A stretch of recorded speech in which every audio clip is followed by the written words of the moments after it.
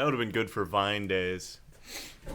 Vine. We missed out on Vine. We did. We missed out on a lot of things. We should make a TikTok. Yeah, we should make a TikTok where we sexily dance to songs. Perfect. There we go. That's an idea. That's nightmare fuel for you. Yeah. Welcome to the Morning Ramble. I'm Matt. I'm Eric. What are we doing? All right. What are we doing today? I don't know. How are you feeling after last week? I'm feeling pretty good. I got a little story to tell. I got engaged on Sunday. That's right. Congratulations. And I got engaged in the middle of the Sonic movie. As you do. As you do. So we get to a lull in the action in the Sonic movie. I just pull out the ring. I lean over to Nicole and I whisper, "Gotta go fast" in her ear. And then, of course, I asked her to marry me and stuff. And she said yes, and then she whispered, "Gotta go fast" back to me. But Probably the best moment you could propose. I don't think anyone could top that, really. It was good. Half of the people who hear about it are like, "Fuck yeah, that's amazing!" Yeah. And the other half of people are like, "Come on, Matt. You need to be serious. Dude, you should have. You could have been more romantic about it." No, I was just no, this is the proper way for her and I to get engaged. Mm-hmm. Also, speaking about the Sonic movie, How was it? so when I went on to Rotten Tomatoes Yeah. to look at the movie, as I do before I go see any movie, the critics consensus was at 60-some%. That's actually not. That's more than I thought it was going to be. But the audience consensus was at 95. So I was just like, okay, we need to see this movie. We need to. Mm-hmm. And I will gladly say that the Sonic movie is the best movie to come out this year so far. Really? It is so good, so funny, so well done. Jim Carrey is a god. So now, is it good as in, it's a good, fun it's a family good, movie, fun or is it, family movie. good as in awful? It's great. Okay. No, it's actually legitimately great. Okay. I was kind of hoping that it'd be so bad it's good kind of thing, but it's not. It's legitimately a very good, heartwarming, funny as hell movie with Jim Carrey at his absolute best. That's exciting. You've got to see it. It's great. Yeah. So highly recommend it. If you're going to ask your girlfriend to marry you should do it at Sonic. That's right. You should definitely do that. That's more the better, really. In all honesty. I mean, I saw that it grossed, I think, almost $70 million in the first weekend or something like that. And I'm very glad that it's killing it because I'm really hoping that they do a sequel. I heard a lot of people were saying it's one of the best video game adaptation. Easily. Yeah. Easily. I think it's easily the best video game better adaptation than Detective Pikachu or whatever that one was. I haven't seen Detective Pikachu. I put it can't on. Really argue with that. I put it on my television. I didn't really watch it though, and I walked away. Right. It looked okay. I don't know. There's something that's a little jarring to me about really cute animals having Ryan Reynolds' voice. Yeah. There's something jarring about that to me. Speaking of Ryan Reynolds, I just watched a movie this week that I watched for the first time, but it came out in August, so I'm a little late. But Hobbs and Shaw, that Fast and Furious spinoff. Oh, okay. I didn't know he was in that. Yeah, neither did I until I saw him in the movie. He's really funny in it, as usual. Good movie. I mean, your typical Fast and Furious. We got the 9th one coming out. Yeah, but how many more can they make? Well, they're definitely making 10. So there's going to be 10 Fast and Furious movies. This is the 9th one coming out in April. 11 if you count the Hobbs and Shaw, and then the way that they left it, there's going to be a sequel. So as of right now, there's going to be 10. Vin Diesel's definitely making one more after this one, and then who knows? I think we're already at 10. Just keep going. We need go bigger. Just keep going. More crazy. So basically, Friday the 13th. Get some Space Force involved. I don't know. Like we need to. The next one's going to be Fast and Furious in space. Mm-hmm, yes. Two space, too furious. Or some alternate dimension. We got to get some, The next one's going to be just an F-Zero movie. Have you ever played F-Zero? Of course I have. Nintendo 64. Yeah, F-Zero the next one's X. just going to be an F-Zero one. That would actually... okay. All right, Nintendo. Hey, Vin Diesel, Captain Falcon. It'd I'm be totally pretty down. freaking great. That would be awesome.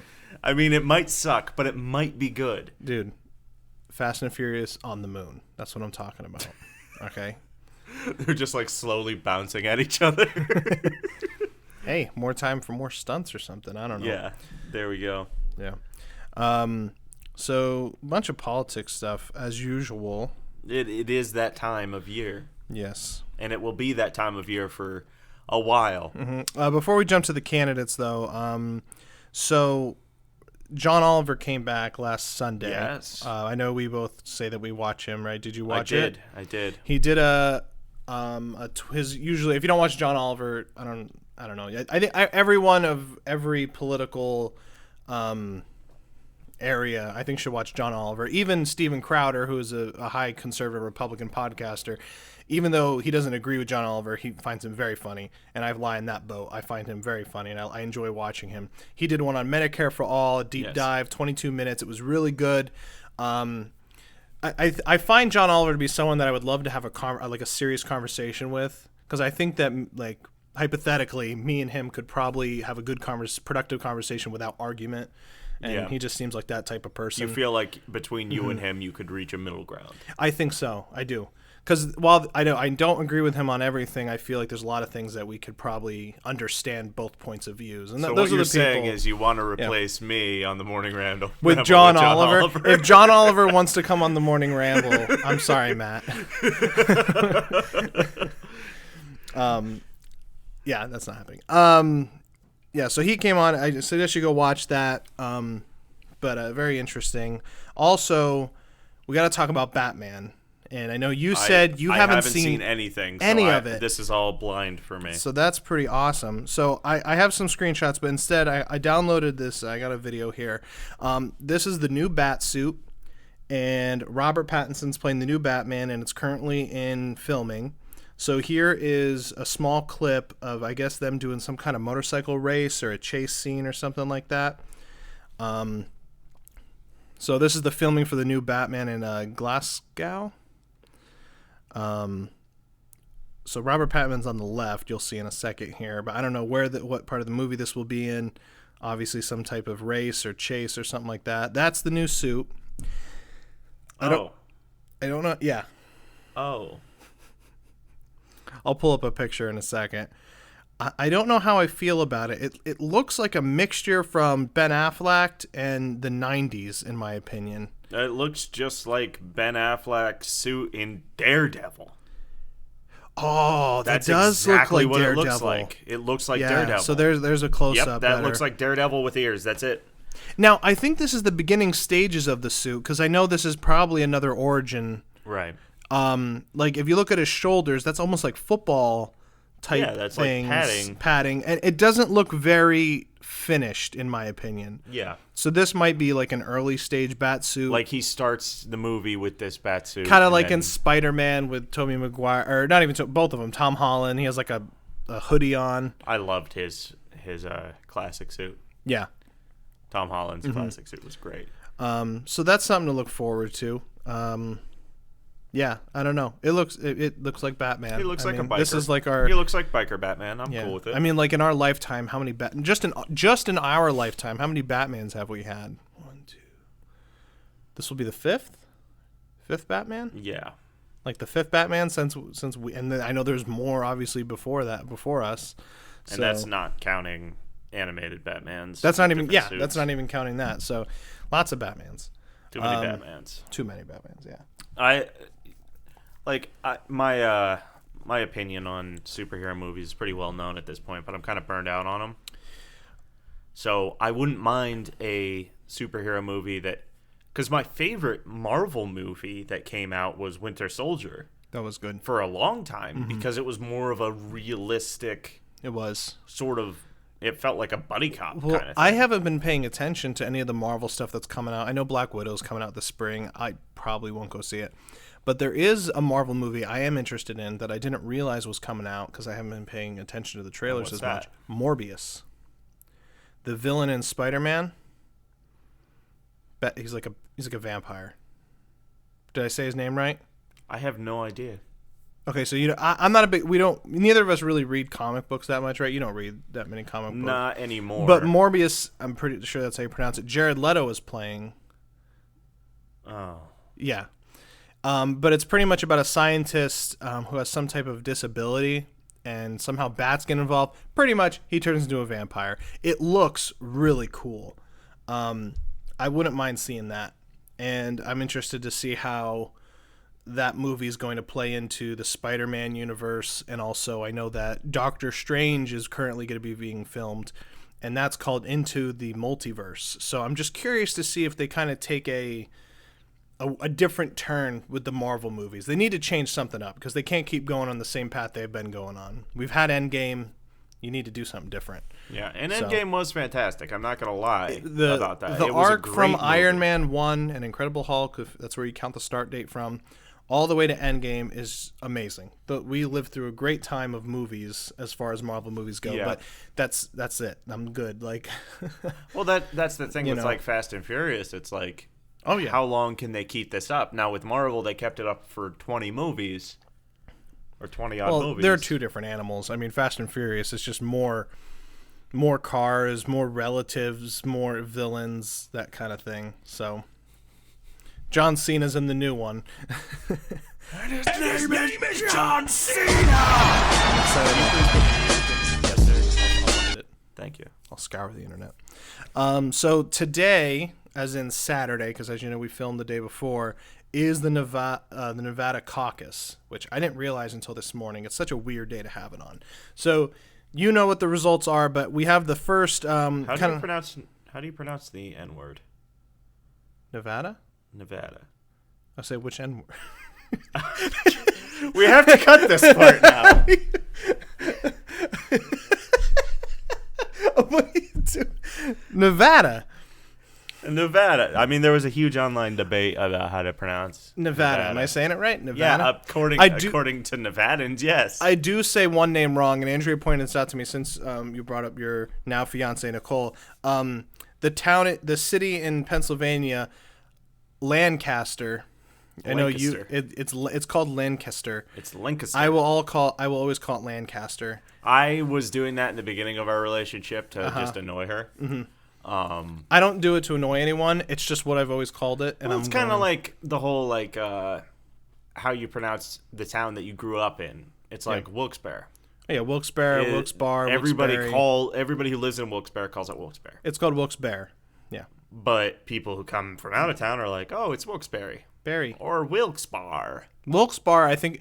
I'm okay. If someone says, I'm not from Wilkes-Barre. We go there all the time.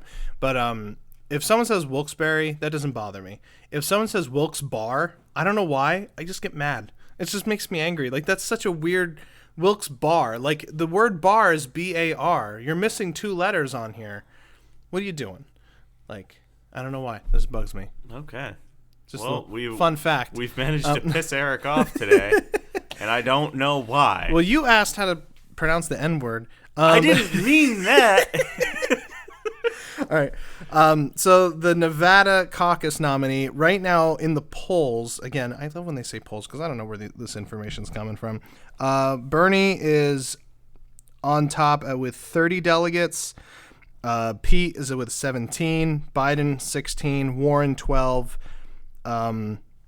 Klobuchar 11, and then Tom Steyer at 10. And this is after the debate that this is. Yes, this is after the debate, which is what we'll bring up now. So the debate happened on Thursday. I think, it was Wednesday. Happened on Wednesday night.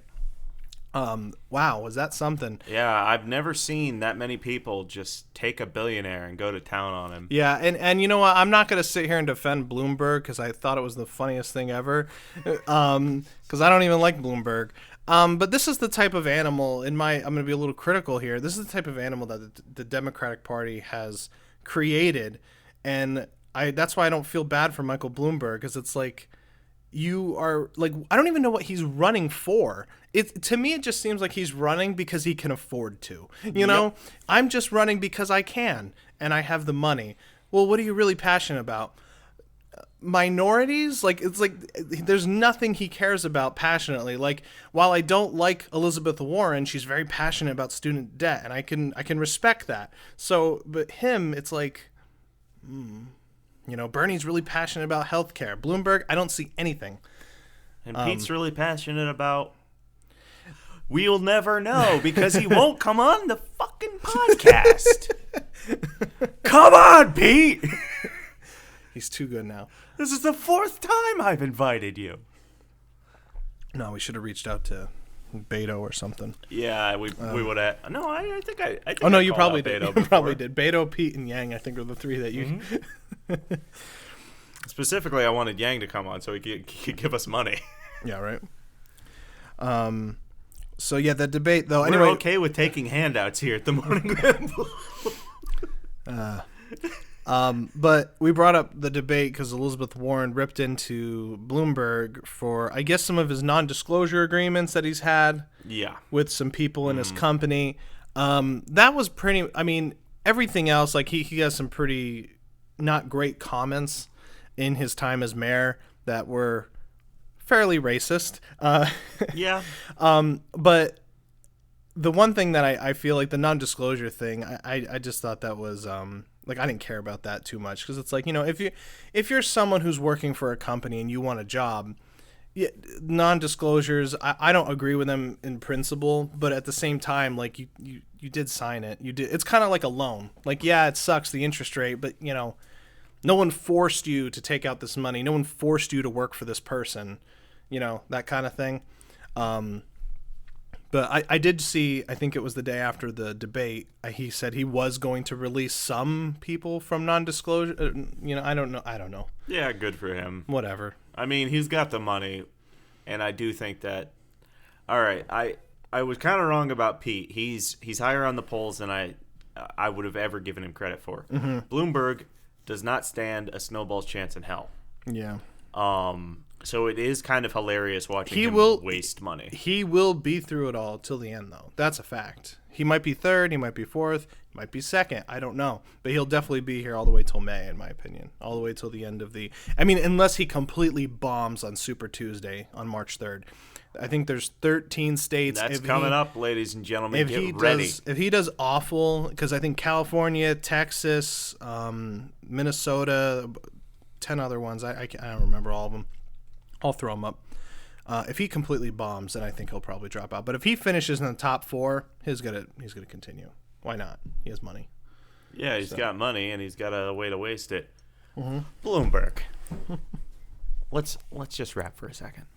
You can come on the podcast. We'll give you free press to like 40 people, and then you can give us money for a camera. A camera? We need a new camera. This camera's great. And lights. What are you talking about? I got lamps everywhere. Look at all these lamps. Maybe some soundproof foam. I don't know, man. That's what mattress toppers are for. We could do that. We could just tape mattress toppers. We're not really echoey down here. Not a ton, no. But then sometimes Cadence is running around upstairs and she's bashing on the floor, and that gets rough. It's been quiet, though, so I'm surprised. It has been quiet.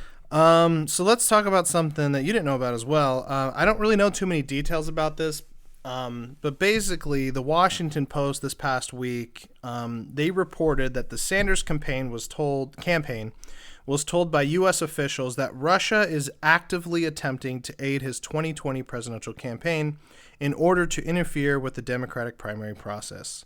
End quote. Here is the message to Russia. Stay out of our American elections, Sanders said on Friday in response to the report.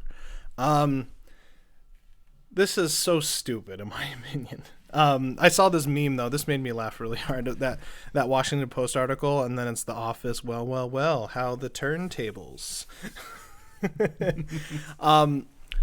Just like with the whole Russia thing for 2016, I think this is nonsense. I think this kind of reporting is just a way for people to not believe in our election process and kind of view it a certain way. Because look, I've talked about this. My point of view. No one from Russia is coming over and making you vote a certain way. There's not people from Russia going in and voting for people. What they're talking about is digital People campaigns. from Russia.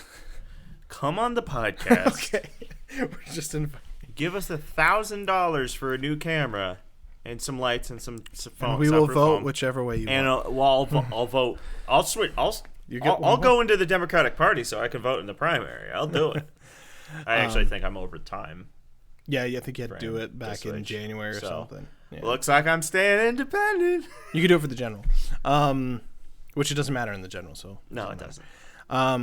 I just thought that was a funny thing, and I honestly, I don't know, because what it is, it's they're talking about like what digital campaigns or false information online, right? That kind of thing. No one's hacking into a system. No one's coming over here. So in my opinion, this is one of those dangers for having 24/7 news. Yeah. Because they'll report on anything and spin it in such a way that it's super important. Yeah. In many cases, it's not super important, but people think it is because, hey, it was on the Washington Post. It must be important. Yeah. When really, according to John Mulaney, the Washington Post is like when somebody's trying to give you the gist of another newspaper that they read that morning. Mm-hmm. So I wouldn't really trust the Post too much. I don't think you should trust any one source completely. Unless that post is here at the Morning Ramble. Except here. Unless I'm saying the words, that is the only way that you should be able to trust it. Yes. Unless Eric specifically is saying the words. Just me. No. I'm just talking out my ass. I never go to one source. And honestly, I never even go to a source that, like if I read, my rule of thumb is if I read something that sounds too good to be true or that I agree with a lot, I'm just like, hold on. And then I purposely try to find someone who doesn't agree with that. And then I likely find a middle ground. And that's what I do. So that's probably just because you're jaded. Mm-hmm. You don't want to believe in fairy tales. No. Very sad. Yeah. I don't think I have anything else. What kind of story, fairy tales do you think Donald Trump read to his kids when they were kids? I don't think he read to his children. Wait a minute, he's still got a kid that's a kid. You don't think he read to his children? No, I don't know. My God. You don't think he reads to Barron every night? He probably reads to Don Jr. All right, thank you for joining us here on the Morning Ramble. And that's the end note. Have a good day. Bye-bye. He reads to Don Jr. He never learned how to read. I have to make a meme. Don Jr. in bed with. Please do.